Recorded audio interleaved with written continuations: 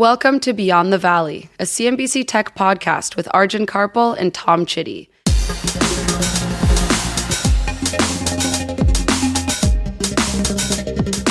Beyond the Valley. What does a company do when a new product that's taken a lot of time and money to develop may struggle to sell in one of its most important markets? That's the challenge facing Apple in China and its attempt to bring artificial intelligence across its devices. Apple Intelligence is expected to roll out later this year in the US, with additional languages, features and platforms due to arrive in 2025.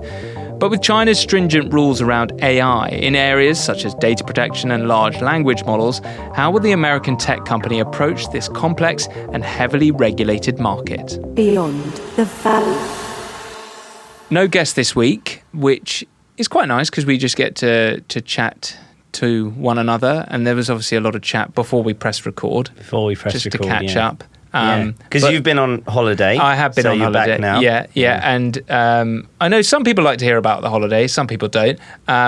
But in terms of tech usage on holiday, I used the Google Lens quite a lot for translating items in shops and food, supermarkets, that kind of thing. Is that you're pointing your camera basically using Google Lens at the words and it will just pop up the so good, isn't it? It's so good and it just saves so much time and stress. But maybe I was thinking, but isn't that part of a foreign holiday, you know, when you're sort of muddling through and trying to speak some broken Italian to someone and hope that they would understand. You know, there's the quirks and charms of a holiday perhaps that we'll miss out on. But it was a lot simpler and quicker. Yeah, like you learn a couple of sentences you hope might get you by. Yes. And you realise how quickly limited those two sentences are. Yeah. But then, you rely on translation tools. Yes. This is the thing, right, with some of these new AI tools, is they can really break down these big barriers. Samsung's new Z Fold 6 has this feature called Interpreter. And if you can, bit hard for the audio format, but if you can visually imagine this foldable phone, opens up like a book. And it's got a screen on the outside and a screen on the inside. So say it was sitting at a sort of 90-degree angle. And I was speaking English. And you couldn't understand English, but you could understand Italian, I could make sure that outside screen showed Italian, and I could literally speak. So you're just speaking, you're not even typing, you're just speaking. I'm just speaking. And it's called Interpreter because it effectively is you put this phone in between you and I, and it will interpret what's happening, and you can see on the screen. Then you speak back in Italian, and it will interpret that into English for me. And obviously, translation is such a key area where AI can play a role. It's great we have all these tools. Equally, so many people go on holiday to just detox digitally. Absolutely. And if you're just looking through a screen and not at someone's face or into their eyes, and you're just staring down at this screen. But that's, you're losing something and gaining something. Yeah. But tech on holiday. Yeah. Maybe there's an episode there. I think so. I think, our listeners should tell us about what they use on holiday. Nice segue. If you'd like to email the podcast, then that would be great. Email address is beyondthevalley@cnbc.com. And if you have any questions about past episodes as well, we're happy to receive emails and we will respond to them. Headphones, portable game console, smartphone, portable charger. Holiday essentials. Adapters. But one of those adapters that has everything. Just one adapter to rule them all. What about a book? Hey, a good book. Oh yeah, absolutely. And it's got to be paper. A paper book. Not for me. No. You're an e-book. I'm an e-book guy. Never. Always have been. Never. But you're talking crazy. I know. You're talking absolute crazy. I studied English literature, so it's really hard for me to. There's a romanticism just drop that in a physical book, isn't there? Yeah, there is. There's this. But a fellow holiday goer that we were with, loves books, loves the feel of a book in their hands. But they even then were watching me read, and they were like, "That looks really easy to do. You don't have to need two hands. You just lean it against something, light." It's definitely great for travel. I mean, an ebook. If you'd like to keep up to date on the world of tech, then the best place to start is the Beyond the Valley weekly newsletter, packed with the best international tech stories from CNBC. Last week, there was a great article which I would have missed without the newsletter. It was all about how disinformation has been spreading.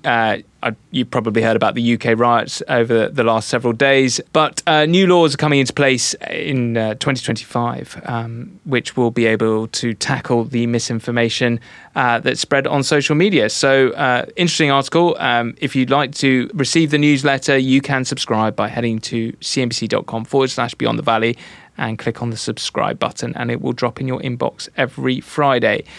Before we get back to our main story, Apple, China, AI, we've got to do Stat of the Week. Stat of the week, more than 4,500. It's one of those numbers where it's sort of just over 4,500. Okay. But yeah. Okay. 4,500. Yeah. Interesting. Don't look at my notes. Yeah. Better hide those. Just cover those. All right. Let's set the context.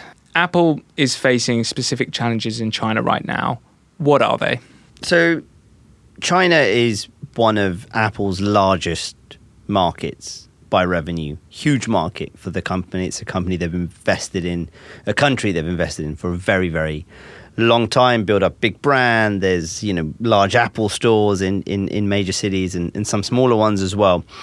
But more recently, they have faced a number of challenges. The biggest one, I'd say, and we did a whole episode on this, is the revival of Huawei, the Chinese technology giant, best known to be in the telecommunications market, then moved into smartphones. The smartphone business was pretty much crippled by a number of US sanctions, which cut Huawei off from key technologies. But last year, Huawei brought out a new phone with a pretty advanced chip, which many had thought would not be possible for a much longer period of time. And so they launched a new phone and they came back to market. They launched another phone this year, and they're very quickly getting buyers back to what was at one point the biggest smartphone company in the world. And that's actually eroded some of Apple's market share in China.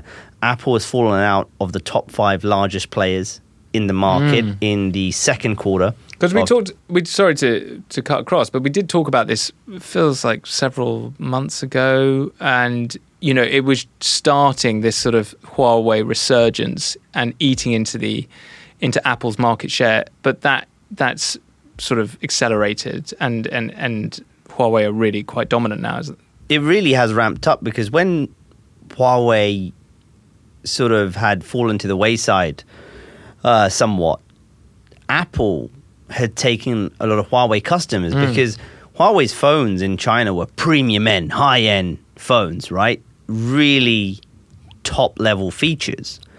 And so when Huawei sort of wasn't able to keep up with the latest technology, Apple was right there as a premium high-end brand. And so many Chinese consumers flocked to iPhones as a result. And so now with Huawei back, I think what you're seeing is two things. Perhaps some Apple customers moving back to Huawei, but also those who are looking to upgrade to higher end phones, going back to Huawei, perhaps slightly in support of, what is viewed as a national champion as well. So that's been one of Apple's biggest challenges, a big thorn in the side for Apple in China more recently. And then there's a couple of sort of macro factors. The Chinese consumer still remains quite cautious on spending. So again, very expensive iPhones, still maybe question marks over whether Chinese consumers are willing to pay for some of these higher end products. And also, there are other products in the market now, foldable smartphones as well, which Apple doesn't have. So if you're going to spend a premium amount of money on a phone, maybe there are some who are looking at, well, I might as well spend that money on a foldable phone. So when it comes to AI, which Apple are trying to sort of develop across their devices, it's going to be rolled out towards the end of this year. It's called Apple Intelligence. Quickly run through kind of what's it going to be able to do. And I know that it's relaunching Siri. Yeah, so it's sort of the overarching umbrella brand for Apple's AI features, effectively called Apple Intelligence. And, they showed off some of the features. So it's things like, yes, an improved Siri. It's things like being able to summarize notes or construct emails. Some of these generative AI features we've spoken about that make you more productive. And also, a lot of companies are already doing a lot of this, but Of it's course. just Apple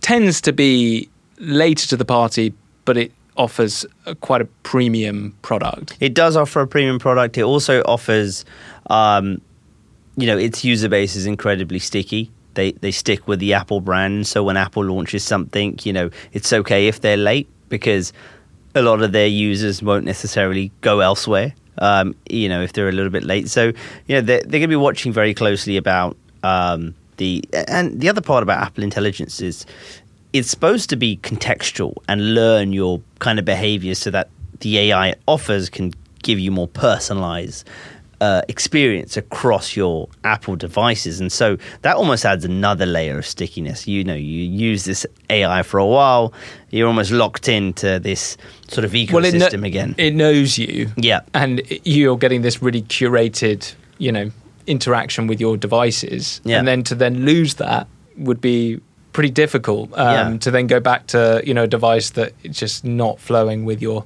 vibe. Yeah, you couldn't.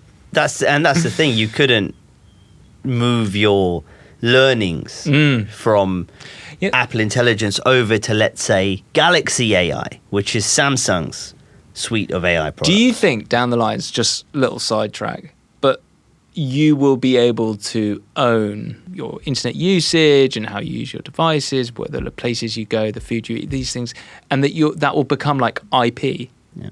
You're opening up a whole can of worms here, Tom. Before we relaunched this podcast in its current format, I spoke to Sir Tim Berners-Lee, the sort of inventor of the World Wide Web, and his current project is basically we give away all our data to all of these social media companies, internet companies, phone companies, whatever. We're never in control of it. Why don't we own our data? And his whole project is trying to figure out how we can own our data. And so there's this huge movement at the moment across various segments of the tech industry about how can we make a protocol, a product, something that allows users to own their data. Yeah. And that becomes quite interesting, I think, in the age of AI and AI scraping more and more data and using more and more data. Effectively, could you then, take that data elsewhere is the question. And that becomes hard, I think, with artificial intelligence models that are trained in different ways. It just feels like it's packaged so in a way where it's specific to you. Taking everything you're doing and delivering it directly to you, it feels more like it's your own. I don't know. Yeah. That's just how I feel. Yeah, interesting thought. I mean, again, it's a whole other episode we need to do on this one because a lot to unpack. Okay, so Apple Intelligence, as that pertains to China, what are some of the big challenges then? So I'll kick off with a couple of them. So Apple Intelligence is, I've explained some of the features. On the back end, though, it's actually built on Apple's own models, AI models, large language models, foundational models. So that's how it's built up.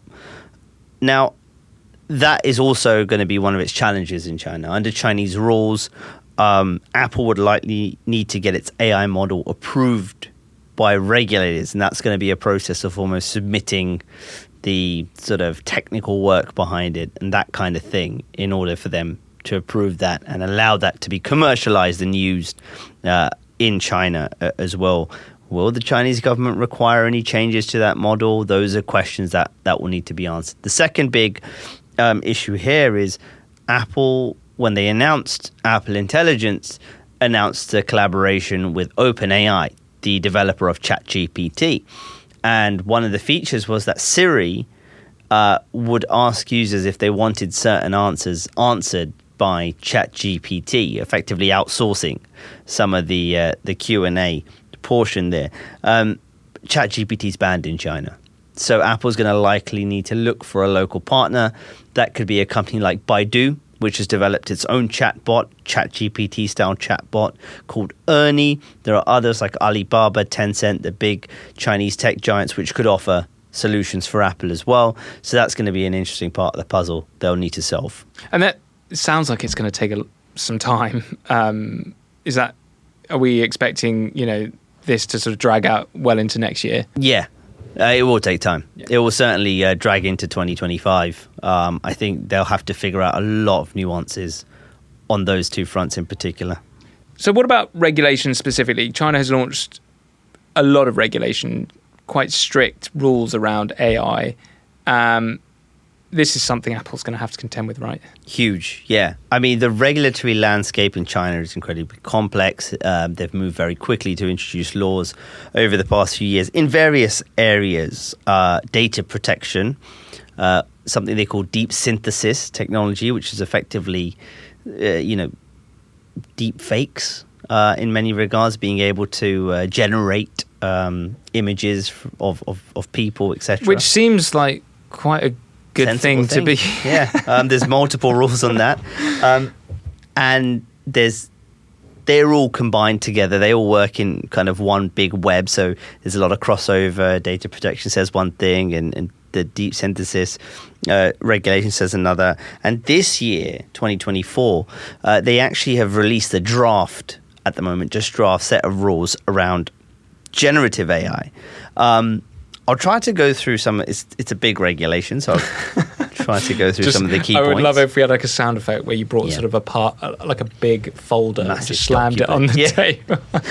The key parts of the regulation. So, for example, before gathering data from specific sources, service providers must conduct a comprehensive security assessment. If a source contains more than 5% illegal or, quote, harmful content, data collection from that source should be avoided. That's one. Another rule is diversity in training data sources should be emphasized. So you should have multiple data training sources for different languages, different data types, such as video or text. If training data from overseas sources is required, it should be reasonably combined with training data from domestic sources. That almost is reading between the line, appears to be sort of hinting at, well, things are told in different ways outside of China as they are in China. So that's really interesting. And also this, to your point earlier, when gathering user input for training purposes, providers must ensure users have control over their data. Users should be provided with convenient opt-out options, and that opt-out process should be straightforward according to these draft rules. So I mentioned earlier, can't use harmful content in data collecting for training. What is harmful? Multiple things. Subjective. That have been under the Chinese laws. One of those is violations of core socialist values, for example. That's what this rule would consider harmful. There are also things like violent content, etc. But yeah, content that incites succession or undermines national unity and social stability, not allowed that in training data.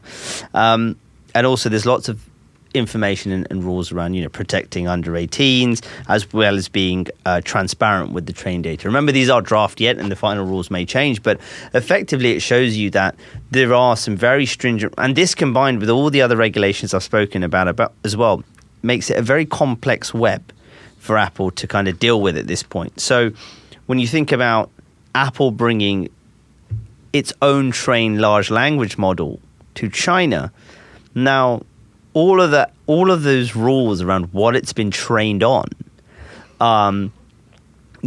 Chinese data from outside of China, Chinese language, non-Chinese language, all of that kind of data, is that going to satisfy the regulators under these provisions? And this, I think there's a ton of questions, and this is what makes it incredibly complex, and probably the biggest challenge is Apple dealing with all these regulations and trying to satisfy the Chinese government actually that Apple Intelligence is okay, and that it should. I guess one of the differences with Apple Intelligence is this: it's not been billed as this kind of massive large language model, do everything, answer everything kind of thing. Like a chat GPT. Exactly. And I think that's specifically also why there was the collaboration with OpenAI, because, Siri's not become a ChatGPT style thing. Anything more complicated than, sorting things out on your iPhone. Yeah. Siri effectively outsources or will outsource to ChatGPT if you want it to. CNBC Connect is back in Bangkok, Thailand. Join the world's top entrepreneurs and C-suite executives for an invite-only leadership retreat. On the agenda, powering innovation and growth in Asia. Is AI transforming industries and creating opportunities? And get insights on building sustainable and resilient businesses. Be part of Managing Asia Live. Network and join an interactive brainstorm session. CNBC Connect, powering innovation and growth in Asia on September 4. Register now. And so, to some extent, the limitations of Apple's own AI features for now could be an advantage. If they're saying, look, well, we're only introducing some features that can summarize emails or automatically write emails, summarize your notes, or, we're not generating answers. We're not going to mass scrub all your, you know. So there are, in the way Apple's approached it, there are still positives potentially for the company that will allow it to maybe slowly introduce things. A softer approach. Softer approach, more step-by-step approach where, a few features at a time that aren't massively controversial or that are easy to sort of do without having to sort of fall foul of any of the Chinese government's laws. But that's really where the challenges lie at this point.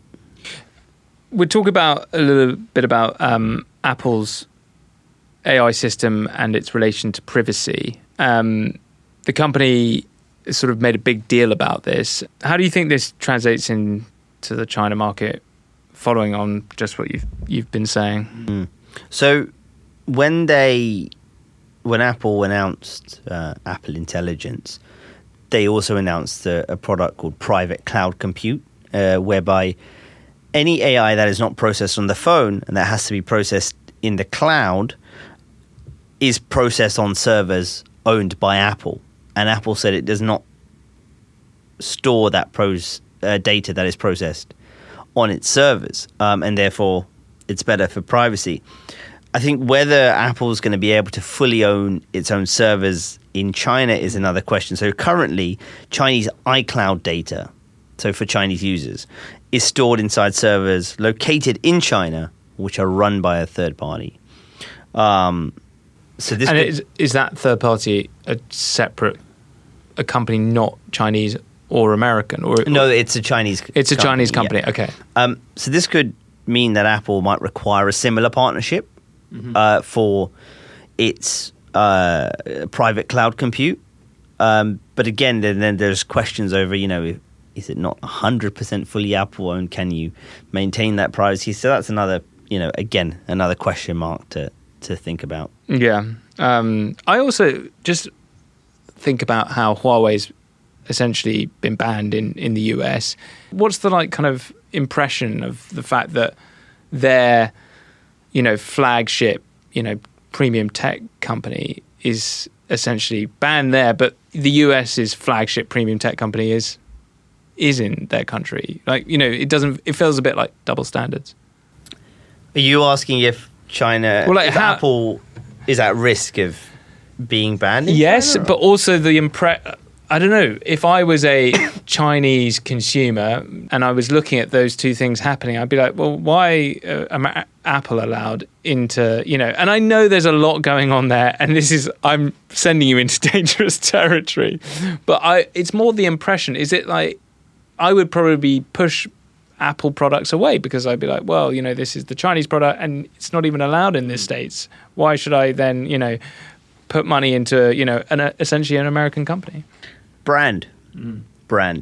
That's my answer, because Apple has spent a long time positioning itself in China as a premium luxury brand, a tech-forward luxury brand, aspirational. And, we're still talking about a market here with a growing middle class, people with aspirational hopes for better products, whether that's cars, i.e. Tesla, which still very similar situation in the sense that a very strong American brand, one of the biggest in China in its segment, of the market. Yet a lot of these Chinese EVs will probably never make it to the US. Very similar thing, because the market is there.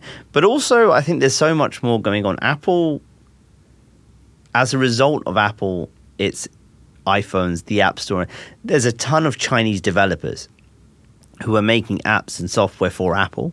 And so there's a big employment situation. The largest iPhone factory in the world employs lots and lots and lots of people. That's in China. Right, just to clarify. Yeah, just to clarify. And so, if let's say overnight you were like, right, Apple ban, that's going to have an economic impact. So, if there was any kind of ban on Apple, it'd have to be phased in almost. But also, I think it would be seen as a very extreme measure at this point. The Chinese government's been very careful in sort of speeches to say, what the Americans have been doing in terms of trying to ban access to technology or ban companies specifically is unfair. It doesn't play by market rules. It doesn't play by global trade standards.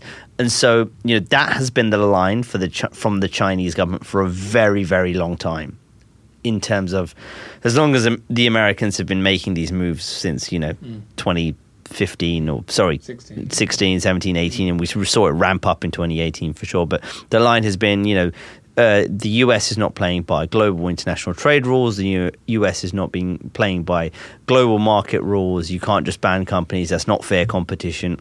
Those are the arguments. So if China then were to ban certain companies, of course, all of those prior comments would come under scrutiny. Yeah.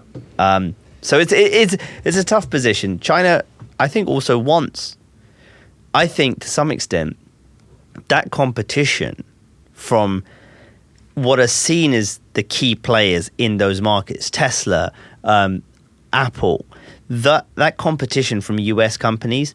I think the Chinese government sees that as key to spur on domestic companies to aspire to beat those American companies too, right? What was really interesting is Xiaomi, the Chinese smartphone player, one of the biggest in the world now, in around, I think, 2014, 15, was being dubbed the Apple of China, because the founder, Lei Jun himself, sort of modeled the business on China. The phones... model the business on Apple. Modeled the business on Apple, yes. Modeled the business on Apple. The phones, took design inspo from Apple as well. The stores took inspiration from Apple as well. Yes, I remember that they were all like sort of white interior, the sort of old school look of the Apple store. Yeah, that became the trend. And so,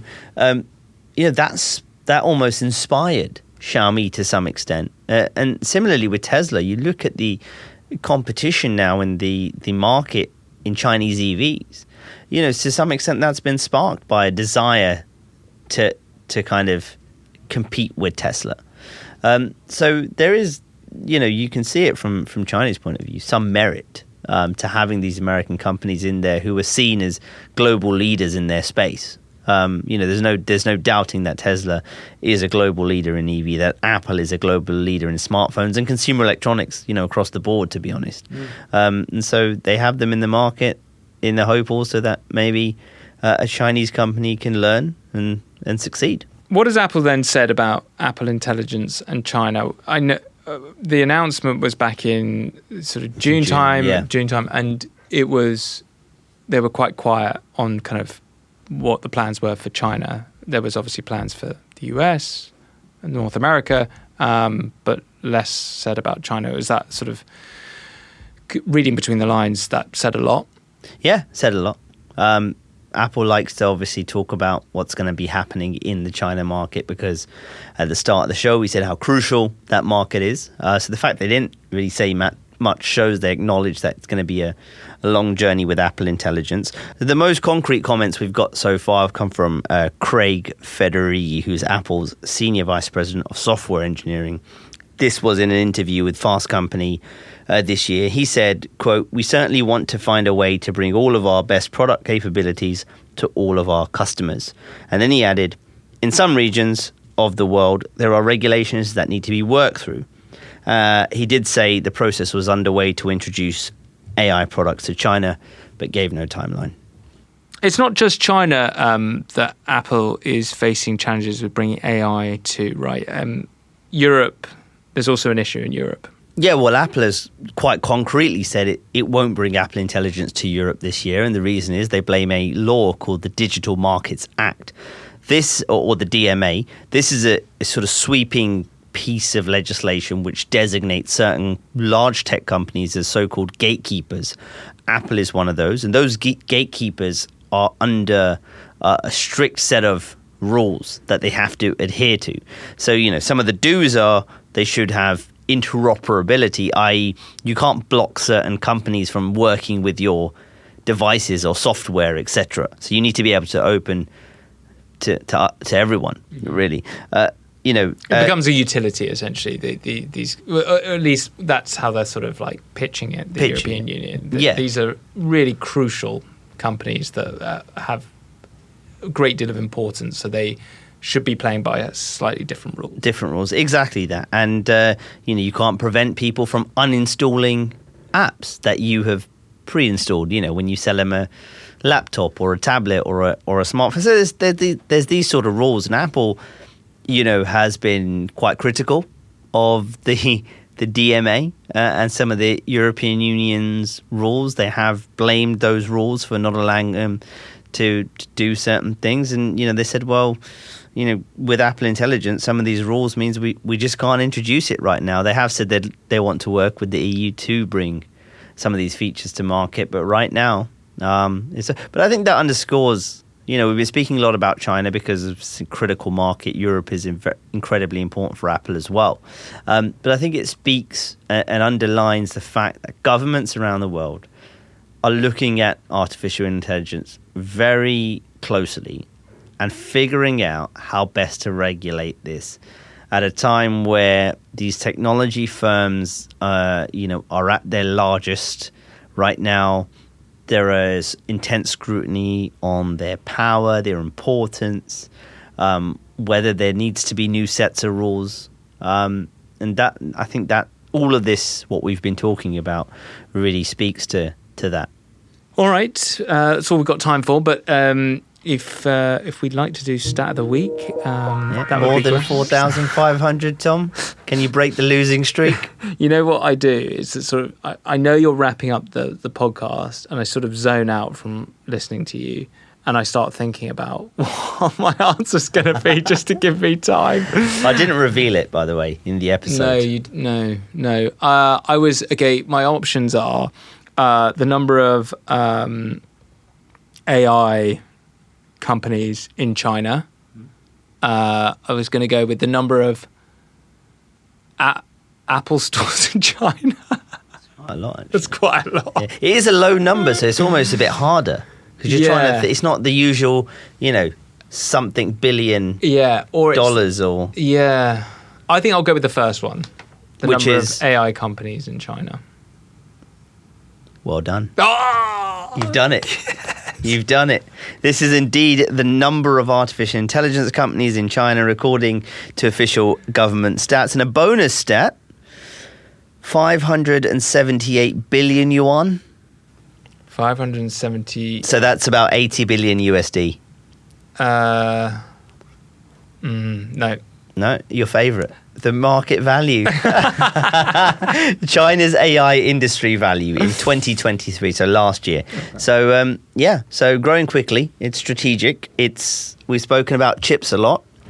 And, AI is also in the mix in this tech battle between the US and China. And so, a story that will keep running, and we'll pick it back up later in the year when Apple Intelligence starts rolling out as well. Yep. It'll be interesting to talk about that.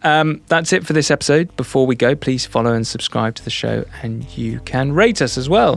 Thank you, Arjun. Thank you, Tom. We'll be back next week for another episode of Beyond the Valley. Goodbye.